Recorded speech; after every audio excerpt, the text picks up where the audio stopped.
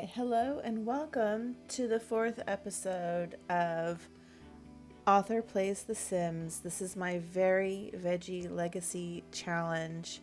And last time, what we did was I chatted about the book that I have coming out on June 27th, which is titled The Flower of House Yorick's. It's a sci fi romance intended for adults. What I thought I would do today is talk about some of the books that I have already out that are in the young adult genre, in case anybody out there is looking for a young adult read. Now, those books do not have spice, if you get my meaning, but there is some kissing. There is some kissing. But since it's young adult, we keep it a little more PG, definitely no on the page stuff because, ew, they're like teens. That's not cool for me to write about teens doing stuff, intimate stuff. Anyway, so I thought I would talk about those books and then, play The Sims like I did last time, and, we'll just kind of hang for a little bit. So let's do a quick recap here. This is Fern Seedling. She is the first generation, which is the broccoli generation for my very Veggie Legacy Challenge. And she is doing all right. She only has 46 simoleons, but, and she would probably disagree with my characterization of her situation as all right, since she is high maintenance. You look at her traits here. She's high maintenance, creative, and an art lover. She has the muser trait, and that's from choosing a creative aspiration. She wants to be a lady of the knits as opposed to a lady of the night. Totally different. And so she's not really happy. I mean, we don't have a very good shower, but there is a shower. No kitchen, but there is some food. She has her handy poo-hoo bush. And she now has an easel. So now we're in the money. If you are not familiar with The Sims, if your sim has an easel, they can paint a small painting for like 50 simoleons. And unless they're kind of on the low end of the skill, they're going to sell that thing for at least, 75 simoleons, maybe even more, especially as they get up in the skill range. So I think, and this is how you start to make money, and this is how you get walls, because walls are important. I looked over the rules for this generation, and all she's got to do, well, I say all she's got to do, she's got to do a lot, but she has to obviously get through her aspiration, which is Lady of the Knits, and we are still on the first tier here. She has to master 3 creative skills. I'm going to try to have her obviously master knitting, painting, and photography. She has to also master the wellness skill. So our goal today is to get enough money to buy a yoga mat. That'll help her master the the wellness skill. And then I think that's it. There's not a whole lot, but I mean, it's a lot. Oh, no, I forgot the biggest thing. Duh. She has to have a 5-star business. Now, I have played through Hobbies and Business with another sim and gotten to the 5-star thing. And the only reason I wanted to get to 5-star was because I was really hoping she would get some kind of reward or plaque or something. There was nothing. This is a message for EA and EA only. Why you gotta do me like that, EA? I was looking for, you got a 5-star business. Here's your plaque. Here's your little something. No, nothing. Nothing to show for my incredible achievement. Anyway, look at this English countryside. Look at this. Or, I mean, we're assuming it's English countryside. They never come out and say it. But I mean, the name of the town is Henford on Bagley. I mean, come on. But look at this. There's even like a water. Oh my gosh, like English is leaving my brain at the moment. But like one of those wheels, like a Seriously, what are words? Words are words. Anyway, it's beautiful. It's beautiful. So there's a little stump here. You can talk to the flock of birds. Oh, we can name the flock of birds. Hold on, please. Let's name this flock. What are we going to name them? The early birds. Adorbs. Okay. And this is the lovely mailbox that Fern knitted. Don't ask me how you knit something that has wood, but you know, it is what it is. Isn't this cute? That's cute. She knitted the cozy. Some of our prairie grass is growing. We could harvest that and sell that. You know, there's some opportunities here. So anyway, let's go through her day, and while she's doing that, we will talk about gargoyles. How about we talk about gargoyles? So one of my first book, um, not the first book I ever wrote, but the first book I ever published was about gargoyles, and it's a completed. Oh, this guy wants to talk. What?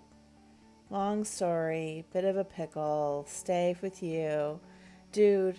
I don't even have walls, but you know what? Sure, sure, dude. I mean, it's gonna be him and his brothers. Or does he have family that comes with him, or is he by himself? Oh my gosh, if it's multiple people, I don't even know what is going to happen. She is not happy. Okay, hold on. So gargoyles, yes. So it featured gargoyles, and oh, she is not happy about her back. She's stinky. She has to pee. She has a guest here who showed up with a suitcase expecting I don't know what. Dude, look at the situation we're living in. Look. You're adorbs. You're adorbs with your goofy teeth and your freckles. I love it. Oh gosh, now she's angry. She's angry. You wouldn't like her when she's angry. I thought he had a brother that was... Where's your brother? I don't even know. I made these Sims and I don't even know. Let's just welcome him. Hey dude, how's it going? Oh, she's so angry. Oh, look at her stomping over. Oh gosh. Don't yell at him. Don't yell at him. He seems like a real cinnamon roll. He's the cinnamon roll character. She hungry. Okay. And yes, I know she's stinky. Listen, she's going to take a thoughtful shower. Go take a thoughtful shower. I think that'll make you inspired because you need some inspiration, girl. Go. So gargoyles, yes. And I have been fascinated with gargoyles forever. I was a huge fan of the Gargoyles cartoon. Calling it a cartoon seems like a disservice to the memory of gargoyles. But so it was a natural that I wanted to just write this.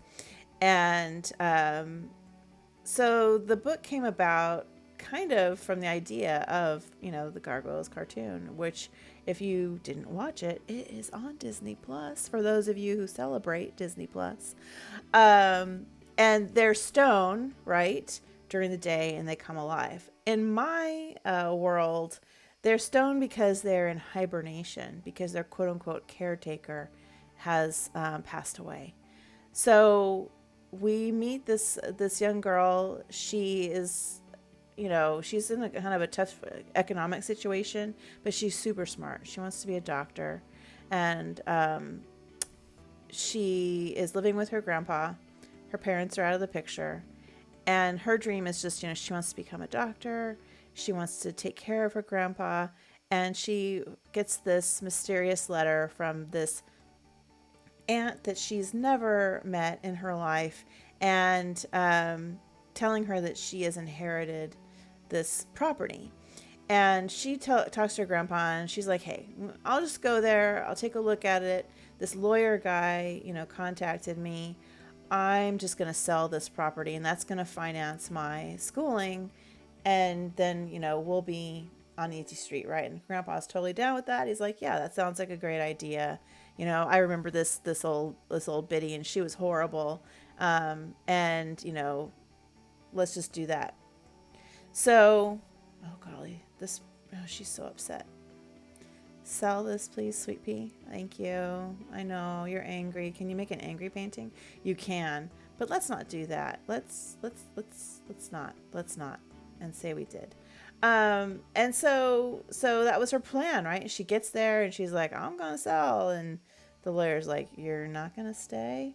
So I don't want to give too much away because, read the book. But she discovers that the gargoyles on her roof come to life, and that she is actually the latest in a long, chain of women in the Whitewood family that have fought evil alongside their gargoyles. And so the book series is called The Whitewood Journals. It is, like I said, young adult, and it is a completed series. There's 3 books in it. And it'd be cool. I think, you would enjoy it if you like paranormal, if you like good versus evil, if you like your evil to be a little seductive.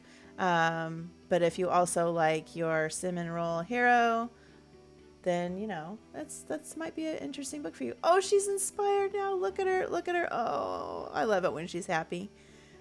Girl, stop. Get off your phone. I know you're like a phony person. Not phony, but phony. Let's keep this gravy train going here, because you need walls. Oh gosh, I forgot this dude had 2 brothers. Oh Lord, jeez Louise, look at this, Algonquin round table going on here. Jeez, oh my gosh, oh my Lord, and they're adorbs. I mean, blondes. I have a dark-haired husband. Most of the love interests that I write are dark-haired, but these guys look sweet. They got the goofy teeth. I love like the little rabbit teeth. Put those on some of my Sims, or the gap tooth, because I have a gap tooth too. And I loved putting freckles on them because, freckles are the bomb. Good Lord. They look like they're having a good time, even though I have no walls and no bedroom for them and no refrigerator and no food. But look at them. They're like totally happy. Look at this. They're happy. Look at that. Their little chicken apron. I love it. And even better, Fern is happy. She says it's the worst day ever, but she's inspired. She needs to be on her phone. Okay, well, let's go back and see what's happening with Fern. All right, she's painting something. I don't know. Get those dollar bills, those simoleons. Sorry, get those simoleons, girl. I'm going to speed you up. Another book I have that is a completed series is a sci-fi. It's young adult, and it's called the Earthborn series. 3 books. The final book has a bonus novella in it about one of the side characters that I just kind of fell in love with and wanted to tell an extra story about him. Oh, look at this one doesn't look, it says it's excellent, but I don't know, girl. I don't know art. You did a good job. There we go. Let's do, you know what? Let's do a landscape. No. Let's not deviate. The 50 simoleon small painting is how you do it. That's how you do it. Oh, look, there goes a fox. Luckily, there's no fox hunting in Headford on Bagley. I mean, you can shoo them away, but we don't hunt them because that's not cool. My husband was watching a documentary about rhino hunting today, and I just was like, I can't sit here and watch it with you. This is all about people who get the horns, like kill them for the horns and use it in bogus medicines and stuff, and how they would work the system to get a bunch of, I guess it's supposed to be like you can do it for trophy hunting, which is bad enough, but you can't do it for making money, but they would game the system so that they could make money off of it. Oh my gosh, I didn't even want to know. I just was like, I can't even watch this. It's too upsetting. Nice horsey. So anyway, Earthborn is a sci-fi and young adult. So again, there's kissing, but that's it. There's no on the page other than smoochies. And this young girl, she lives with her mother. And her mother's an artist, a lot like Fern. Kind of, got that artsy vibe. She's very kind of what would you say, like not an airhead. That's mean, but like, kind of absent-minded. And her daughter is really like the mom of the relationship in a way. She pays the bills. She makes sure that the groceries are purchased. She does a lot of the cooking. She makes sure that things are running. She even works in her mom's art gallery. So they have, I mean, it's that she loves her mom. They love each other, but they have kind of a different, flipped almost relationship. Her dad's out of the picture, or so she thinks, and I'll just leave it at that. And she finds out that she's actually half alien, and that the aliens back on the home planet are coming to get her and all of the other half alien children that are on Earth, and those are the Earthborn. That's why they're called Earthborn. So they're coming to get them, and she decides, she's not going to stand for that, and she's going to protect them all. And it goes from there. So we are on Earth for the first book. We go to the home planet for book 2, and we come back to Earth in book 3. It's all over the place. Girl, get off your phone and paint. Thank you. And so, it's a rockin' good time. There's action, there's romance, there's, dark-haired love interests, of course. They're tattooed even, because that's in their culture, to have tattoos and piercings that show their rank and their accomplishments and, their family ties and that sort of thing. So, and she finds out, of course, that she has abilities, and she has to master those abilities, and she has to deal with kind of the negative side of having these abilities that it's not all pleasant, right? That you can be twisted by this. If you have ability, great power, right? It can twist you if you don't have that moral compass or that grounding. And for her, that grounding is really her mother and that relationship there. And it comes to be as well her love interest and her friends. She's kind of a loner. She only has one best friend in high school, but it comes to be the people that she meets along the way, and that she has family, but she also has a found family. She finds an uncle that she didn't know she had, and so it's a big journey for her. Oh, here we go. Creepy guy. Okay, this is part of the romance DLC. I can't remember what it's called. Good Lord, my brain is just full today. But anyway, the whole thing that's part of Ciudad Enamorada. I can't even say it. Enamorada. There you go. My Spanish is going out the door. Everything, English, Spanish, it's all going out the door. And I know that he's going to just give me or they, it could be a woman. They are going to give, or it could be non-binary. You never know. The Sims is inclusive. Thank you, EA. You never know. Or it could be, good Lord, Jeffrey Landgrab, which would be horrible. Oh, gross. Gag me. So, they'll give you collectibles and stuff, but we just don't have time for that. This is creepy. You are creepy. That's probably what I would say in real life. And I think Fern would say that as well. She is, yes, she's an artist, but she's really about those personal connections. And if some rando slid into her DMs like, oh, I've got something for you. I want to meet you. Promise I'm chill. No, creep. No. All right. He's getting for he's eating the cereal. Nice. I don't have a trash can. I don't even know you, man. Fern Meadows. I gave them all, I gave these 3 gentlemen very, there's 2 ferns. There's a fern seedling and a Fern Meadows. I didn't even see that. You gotta meet him. You gotta be friends. You've got to be friends with him. Say hello. Say hello. You're both Fern.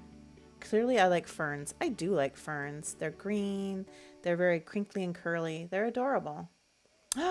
Say hi to Fern. Do you like hardworking Sims? Sure. You befriended him? Oh, that's right. When you have the tiny home lot type, your relationships go way up. Like if you flirt with somebody once, you're practically married. If you say hello to them, you're best friends. It's wild. It's wild. Oh, this is an interesting painting. Anyway, so back to this is the Earthborn series. That it's all finished. It's young adult science fiction. These are available on places like Amazon and all of that. They're not in Kindle Unlimited. Sorry about that. But yeah, you should check them out. And I think with that, we're gonna leave this here with Fern and her 3 guests. Meet this one, I guess. 3 guests, no walls and no trash can, and only 1 sleeping bag. This feels like the setup for some sort of reality show contest thing where, like, 4 Sims, 1 sleeping bag. Who will get there first? Anyway, go read a book.